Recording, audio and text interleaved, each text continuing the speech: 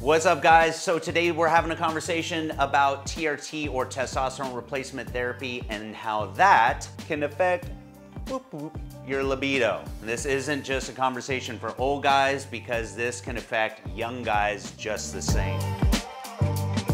All right, first, let's clear up some confusion between the term libido versus ED or erectile dysfunction, your ability to get it up. Libido, that is your desire. This is more of a feeling thing. That's that desire, that motivation to want to have sex, versus ED is strictly just a blood flow thing, the ability to actually get it up. So these two things are interrelated, they're connected, but still separate. Now you can have no problem popping a tent, if you know what I mean, but not have the desire to actually want to have sex.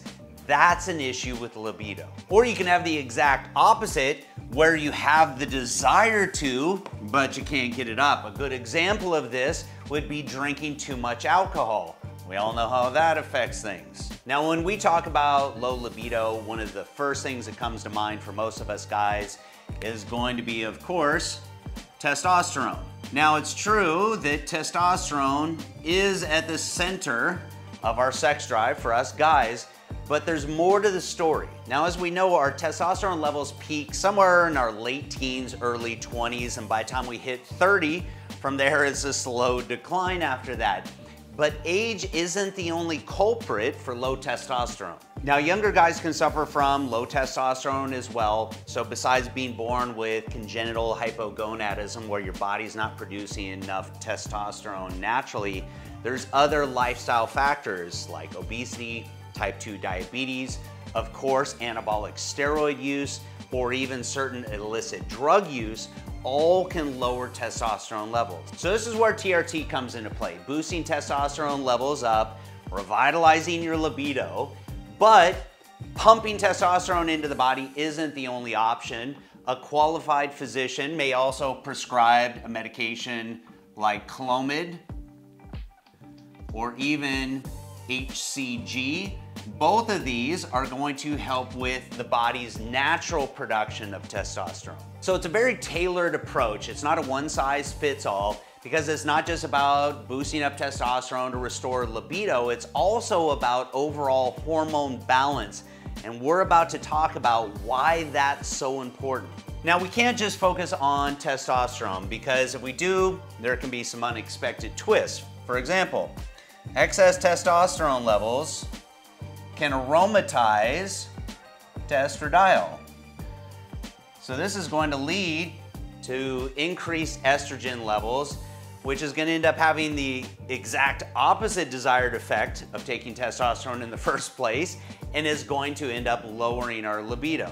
Now, it's common to have what's called an anti-aromatase medication prescribed. Now, your anti-aromatase medications include anastrozole, which goes by the drug name Arimidex. And what this does is helps block the conversion of testosterone to estradiol. But here's the thing, these work so well that your estrogen levels can actually plummet. And just like having estrogen levels that are too high, that can affect your libido negatively. Same thing when estrogen levels get too low. So it's a very fine line. It's a delicate balance between being too low and being too high, which really punctuates the importance of having a qualified physician monitor your blood work regularly. So when testosterone levels get too high, not only can that lead to elevated estradiol levels, but that can also lead to elevated DHT levels, dihydrotestosterone. And DHT is what can lead to baldness in men. So one of the common medications that's prescribed to help alleviate this, which is to block the DHT conversion, testosterone to DHT, are going to be drugs like finasteride. So if you've heard of any kind of hair loss medications like Propecia, that's going to be your finasteride. The problem is, just like your anti-aromatase medications, these drugs can work so well at blocking DHT that your DHT levels drop dramatically. Now, DHT is the hormone that makes a man a man. It's what's going to help right here. So when our DHT levels drop dramatically from taking a drug like this, that too can kill your libido. Now, some physicians will take a different approach with DHT besides using finasteride, and they'll use a drug that's actually a diuretic called spironolactone, aka aldactone. Now, aldactone is a very popular diuretic with bodybuilders during their competition prep. It's a potassium-sparing diuretic, but it also happens to help block some of the effects of DHT, so some physicians will prescribe it to help with hair loss.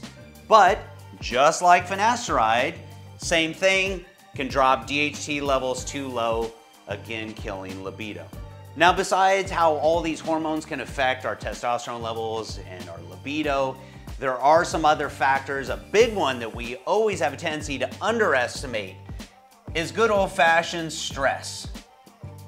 Now, when we're stressed out, that raises our stress hormone cortisol, and when cortisol levels are high, that's going to affect testosterone levels, and of course, that's ultimately going to affect our libido. So, when we're super stressed, not only is that going to affect our sex drive, but that can obviously affect our ability to build muscle as well. Now, there are other medications that can impact libido and also ED.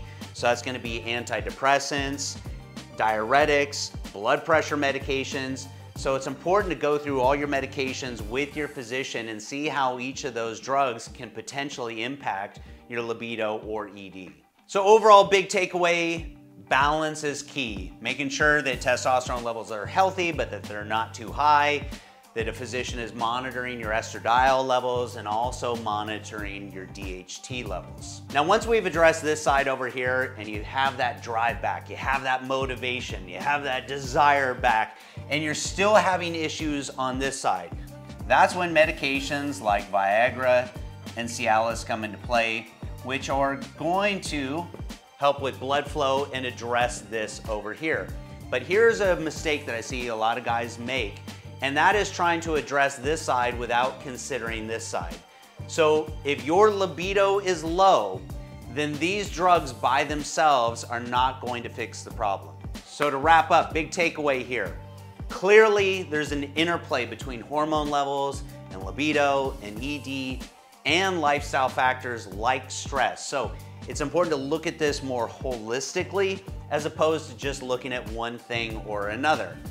It's also very important to work with a qualified physician. Don't take matters into your own hands because there's a very delicate balance between all this stuff. So work with someone who's going to do your blood work regularly.